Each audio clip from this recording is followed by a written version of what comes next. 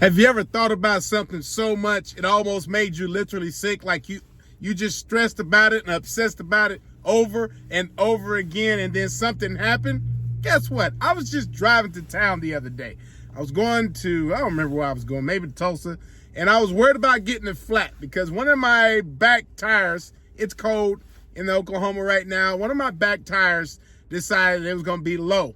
And I thought, man, that's low. I need to air it up. Yeah, I have air up tools at the house, but because it's out there on the farm.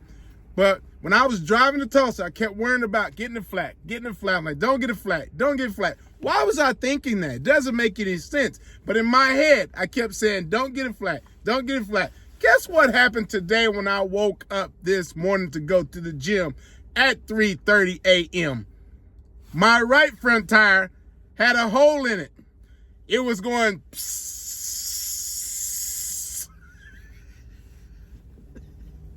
Let me tell you something. I think I've learned something. I've heard this over and over again. Whatever you focus on the longest becomes the strongest. Yeah, that's a true statement. Let me say that again. Whatever you focus on the longest becomes the strongest. This is why most people who have anxiety or are always stressed out, it's because what are they doing? They're inviting more and more stress. They say when you obsess over something, like bad problems, all you're doing is making it grow even more. I heard that the other day on Joe Rogan, and I thought, that's deep. He had some guest on there, some lady, and she was a therapist or something like that, psychologist or whatever, and she was saying that she's learned that when people obsess over things that they think that's going to happen, that's when they make the problem even worse. Yep. I believe that. So let's take this for example. Oh my God, I'm broke. I'm never ever going to make money. I'm never going to do anything. I'm just going to be broke for the rest of my life. All I worry about is bills, bills, bills. My son, he's always in trouble. He's never going to stop doing this and that. My daughter, she's always on her phone. All she does is listen to what they're saying on social media. I can keep going. You get it? But what if we changed that and flipped the script a little bit? I mean, flip the script totally. Like, I can't believe this morning when I woke up that I could. I thought it was a possibility. But when I got in the car, started up, because I had started up and warming up for about 10 minutes, I noticed the truck was leaning. I was like, why is the truck leaning? And I went to the side, went to the back, went all the way around and saw it. Boom, boom, boom, boom, boom. I just laughed. I said, nope, I'm not dealing with this morning. And I went back in the house.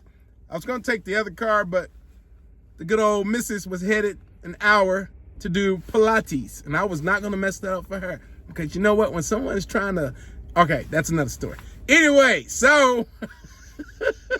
She don't watch my videos. But it's one of those deals. I did that. I made that flat happen because I obsessed over that thing for 2 hours yesterday driving.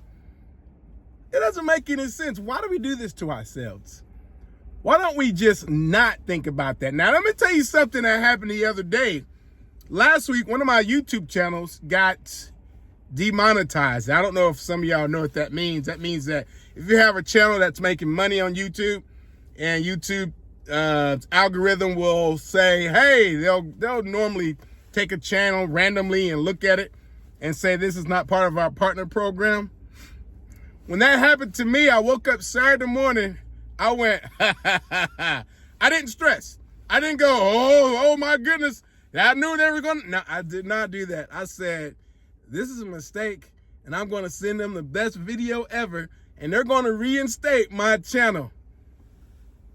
I even looked at the sky and I said, God, if you don't want me to do this, let me know. I don't care. It's in your control. That's exactly what I said. And I did what they told me to. I followed the instructions. 24 hours later, bam, it was back to normal again. They said, congratulations, you are what we want on YouTube. Let me tell you, there's two different scenarios. You would think that I would be worried about me doing reactions and all that and worried about that channel going away, but I didn't. I knew. I had no doubt in my heart that I was going to get my channel back. That was the thing. I was like, I'm meant for this. This is what I do. You know what I mean? I love talking to people. Like, you're going to get Lemmy here on camera. You're going to get Lemmy in the stores. You're going to get Lemmy in the gym. You're going to get Lemmy in a men's restroom. I'm going to talk to whoever. What's up, brother? How you doing? That's how I am. It's in my blood. I didn't stress about it. But that stinking tire, the whole time I was driving, that stinking tire, I can't believe that I let that tire get a hold of me. Here's the lessons, friends. Don't let it get you. It will get you if you let it. Understand, it will get you. Don't let it. That could be a boss, that spouse getting on your nerves, your children not doing right. It could be these bills that are getting higher and higher because they're not getting cheaper. It could just be anything. Don't let it get you. Don't stress about it. Don't obsess about it. I was just at the gym a while ago talking to my buddy Tim, because I haven't seen Tim in a long time. And the only reason why I don't see Tim around 9:30 in the morning anymore is because I go to the gym, obviously, at 4 in the morning. And we just catched up, and he was really frustrated. He owns the gym because someone kicked something in the wall and this and that, and he's back there talking to someone else. He was just frustrated. But he's a good guy. He's never upset. And I walked up to him and said, "What you talking about?" He's like, "Oh, man, I'm just still frustrated." I said, "Tim." And he looked at me. I said, "Look, you see what I did?" I said, "Let it go. It's already done. Let it go." He started laughing. He's like, "You're right. You're right. I need to let it go," right? Why do we obsess over things that we can't control? We've got to get a hold of ourselves.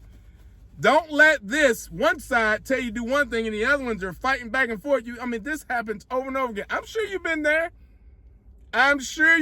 there. Don't let it get you, okay? You're better than that. You are better than that. Like, someone could call you a name walking down the street. Well, we don't walk down the street anymore because we're lazy. Going to the grocery store, or you're in an airport line and someone's being mean to you. What do? I keep getting these phone calls. I don't know who's calling me. So what do? You just let it go.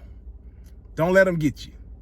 So today, no matter how many times you hear it or someone's at your ear, whatever, just smile and get over it. Because you're more powerful than that. Trust me. Guys, have a great day. I would love to hear what you obsessed and created. Because we create monsters when we have enough time on our hands. Trust me. You would create. Your wife could tell you to do something. You're mad because it should have been done 3 weeks ago and you told her to do it. Or your husband. And you're just building up all this stress over nothing. Why do we do that? Why do we do that? Don't do it. Don't do it. Let me know how you feel about that situation. I'll talk to you guys later.